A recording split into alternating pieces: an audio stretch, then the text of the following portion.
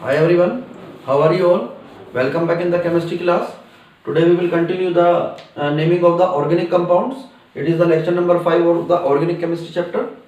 Naming of organic compounds having the two or more functional group, different functional group. अभी तक हमने ऐसे compound किए थे जिसमें एक सिंगल फंक्शनल ग्रुप था या डबल फंक्शनल ग्रुप भी आया तो सेम फंक्शनल ग्रुप था, उसमें हमने डाई लगा दिया था, ट्राई लगा दिया तो हमारा काम चल गया था। लेकिन अब हमें ऐसे फंक्शनल ग्रुप करना है जो दो डिफरेंट होंगे, तो डिफरेंट में डाई तो नहीं लग सकता ना, फिर उसके लिए क्या रूलिंग है।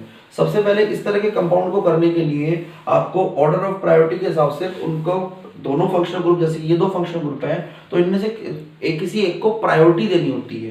प्रायोरिटी देते हैं प्रायोरिटी सीक्वेंस के हिसाब से। जो प्रायोरिटी ऑर्डर में पहले आ गया, सपोज ये COOH ग्रुप पहले आता है तो इसी के हिसाब से नेमिंग करेंगे, इसी के हिसाब से नंबरिंग करेंगे, सब कुछ इसी के हिसाब से करना है। अब ये जो दूसरा फंक्शनल ग्रुप बचता है इसको फिर हम एज ए प्रीफिक्स इंडिकेट कर देते हैं, ठीक है ना। प्रीफिक्स के लिए क्या करना होता है, क्योंकि छोड़ेंगे तो इसको फंक्शनल ग्रुप को भी नहीं, इसको एज ए प्रीफिक्स नेम के पहले लगा देते हैं। तो सबसे पहले ऑर्डर ऑफ प्रायोरिटी देखते हैं। COOH ग्रुप की सबसे ज्यादा प्रायोरिटी होती है, ऐसे याद रखना है। उसके बाद होती है सल्फोनिक एसिड ग्रुप की, जरा कम यूज होता है। Then anhydride, ester, acid halide और एमाइड, क्योंकि ये चारों के चारों भी कार्बोक्सिलिक एसिड के ही डेरिवेटिव्स हैं, ऐसे याद रखना। कार्बोक्सिलिक एसिड और उसके चारों डेरिवेटिव की प्रेफरेंस या प्रायोरिटी ऑर्डर सबसे ज्यादा है। देन आता है आपका साइनाइड। फिर चार का ग्रुप याद रखना है, aldehyde, ketone, alcohol, amines. Generally ये पेयर में मिलते हैं, एल्डिहाइड भी दे देंगे, कीटोन भी दे देंगे, या एल्डिहाइड के साथ में अल्कोहल दे देंगे, एमीन्स दे सकते हैं। देन डबल बॉन्ड और ट्रिपल बॉन्ड, इनकी प्रायोरिटी काफी कम है इन सब फंक्शनल ग्रुप से। और सबसे लास्ट में चार फंक्शनल ग्रुप ऐसे आ रहे हैं जिनको कभी कोई प्रेफरेंस नहीं मिलती, जैसे हेलोजन, क्लोरोब्रोमोआइडो, नाइट्रो ग्रुप होगा, एल्कोक्सी यानी कि ईथर ग्रुप, और एक लास्ट में एल्काइल ग्रुप यानी कि ब्रांचिंग वाला मिथाइल, इथाइल। इन सबको चार ग्रुप को कभी कोई प्रेफरेंस नहीं मिलती है, ठीक है। अब यदि इनको तो चलो प्रीफरेंस दे दी, जो दूसरे फंक्शनल ग्रुप बच जाते हैं उनको कैसे लिखते हैं, as a prefix.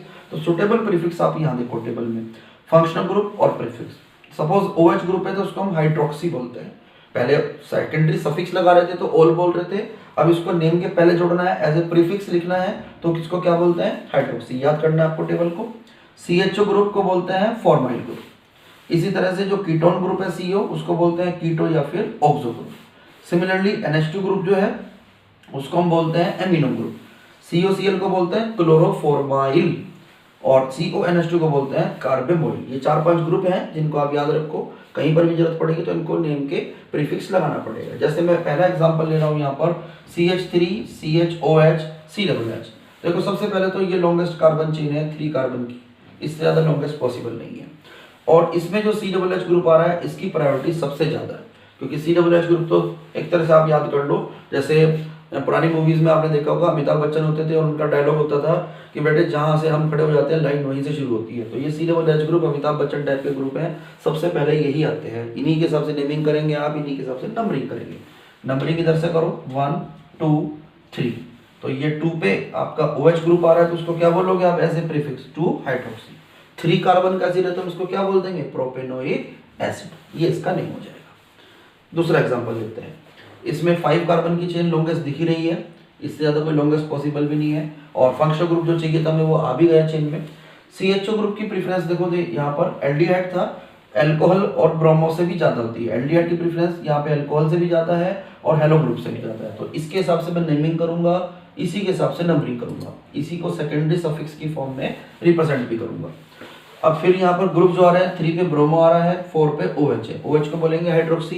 Hydroxy H से स्टार्ट होता है, ब्रोमो B से स्टार्ट हो रहा है, तो अल्फाबेटिकली लिखो 3 ब्रोमो 4 हाइड्रोक्सी पेंटेन, 5 कार्बन का कंपाउंड पेंटेन। इसी तरह से इधर देखो ये 4 कार्बन की चेन बन रही है। फंक्शनल ग्रुप जो आ रहा है हमारा एसिड हैलाइड आ रहा है, प्रेफरेंस ऑर्डर में ज्यादा होती है प्रेफरेंस उसकी, उसी के हिसाब से नेमिंग, उसी के हिसाब से नंबरिंग। ये 4 कार्बन की चेन हो गई, OH को कोई प्रेफरेंस नहीं मिल रही, CH3 को कोई प्रेफरेंस नहीं मिल रही, ये दोनों एज ए प्रीफिक्स मुझे इंडिकेट करने हैं बस।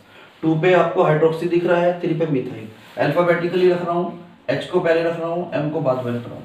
2 हाइड्रोक्सी 3 मिथाइल, 4 कार्बन का एसिड हैलाइड है तो हम इसको क्या बोल देंगे, ब्यूटेनोइल क्लोराइड। सिमिलरली 4 कार्बन की चेन बन रही है, एमाइड फंक्शनल ग्रुप है, एमाइड की भी प्रेफरेंस देखो आप ज्यादा होती है, ये वाला एमाइड है ईथर से भी ज़्यादा होती है, नाइट्रो से भी ज़्यादा होती है। इनकी तो प्रेफरेंस सबसे लो है दोनों ग्रुप की। इनको एज ए प्रीफिक्स इंडिकेट करो। नाइट्रो को नाइट्रो ही लिखते हैं, 2 पे मिथाइल, 3 पे नाइट्रो और 4 कार्बन का एमाइड है तो इसको हम क्या बोल देंगे, ब्यूटेनामाइड। बाकी हमको हमने एज ए प्रीफिक्स रिप्रेजेंट किया है, इसको सेकेंडरी सफिक्स रिप्रेजेंट किया है। अब इसी तरह का एक 4 कार्बन का कंपाउंड और ले रहे हैं जिसमें एल्डिहाइड भी है, कीटोन भी है, अल्कोहल भी है। तो नंबरिंग राइट से कर दो, 1 2 3 4। तो 4 कार्बन की चेन हो जाएगी ये। इसमें सेकंड पे ऑक्सो है या कीटो है, कीटो भी लिख सकते हैं, ऑक्सो भी लिख सकते हैं। और 3 पे आपका हाइड्रोक्सी है, सॉरी यहाँ थोड़ा सा मिस्टेक है, 3 पे आपका आएगा हाइड्रोक्सी।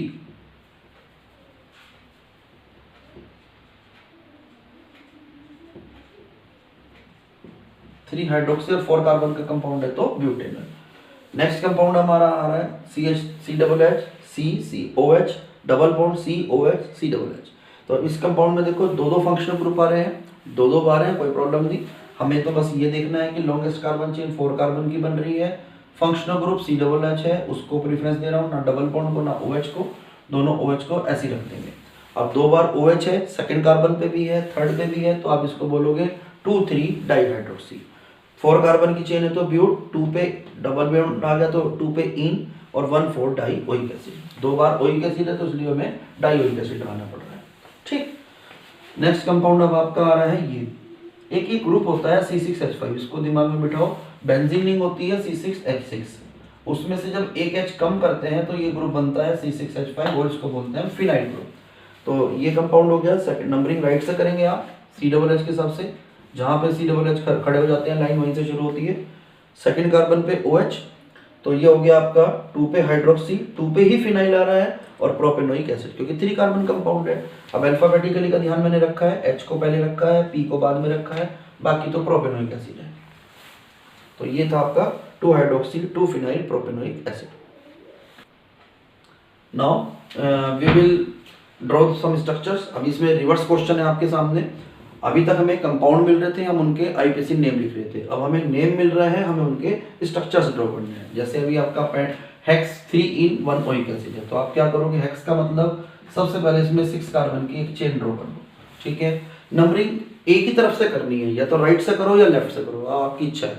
सपोज करो 1 पे COH है तो 1 का ही COH आपको कन्वर्ट कर देना है, कभी इस पे भी एक COH लगा दो, अदरवाइज वो 7 कार्बन हो जाएंगे, वो नहीं आपको काम करना है। हेक्स था 3 पे इन था, 1 2 3, तो 3 और 4 के बीच में लगा दो double. Hex 3 in 1 oic acid, सब कुछ पूरा हो चुका, बस अब आपको हाइड्रोजन कंप्लीट करने हैं। हाइड्रोजन कंप्लीट करने का तरीका होता है, कार्बन की टेट्रा वैलेंसी है तो आपको हर कार्बन पे 4 वैलेंसी कर देनी है। एक ही सिंगल बॉन्ड से पूरी थी, 3 कम थी तो मैंने 3 H लगा दी। यहाँ पे 2 कंप्लीट है तो एक आपको 2 पूरी करने के लिए 2 H लगाने पड़ेंगे। यहाँ ऑलरेडी 3 कंप्लीट है तो 1 H लगाओ, यहाँ भी 3 कंप्लीट है 1 H लगाओ, यहाँ 2 कंप्लीट है, यहाँ CH2 और वो ऑलरेडी कंप्लीटेड है। सिमिलरली 2 क्लोरो 3 मिथाइल ब्यूटेनॉल, तो ब्यूटेनॉल कहते ही आप सबसे पहले तो 4 कार्बन की चेन बना दो, इसी पे एक OH लगा दो, ये हो गया ब्यूटेनॉल।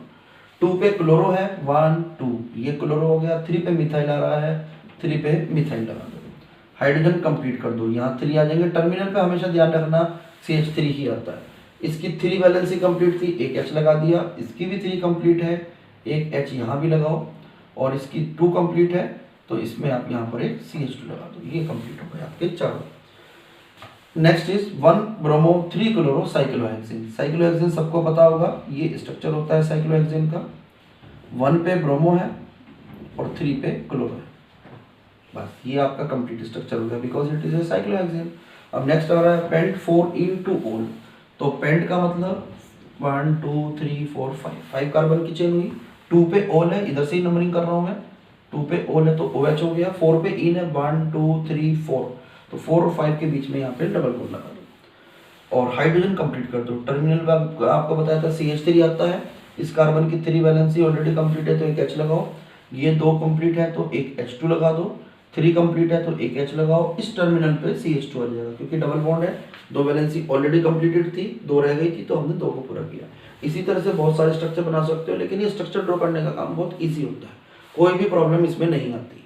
आई होप आपको क्लियर हुआ होगा सब। इसको वीडियो को दोबारा भी देख सकते हो, और आईपीसी की जितनी ज़्यादा प्रैक्टिस करोगे उतना आपके लिए बेनिफिशियल होगा। अब मेरी वीडियो को लाइक करना, शेयर करना फ्रेंड्स को, और चैनल पे नए हैं तो चैनल को सब्सक्राइब भी करना। Bye bye, see you.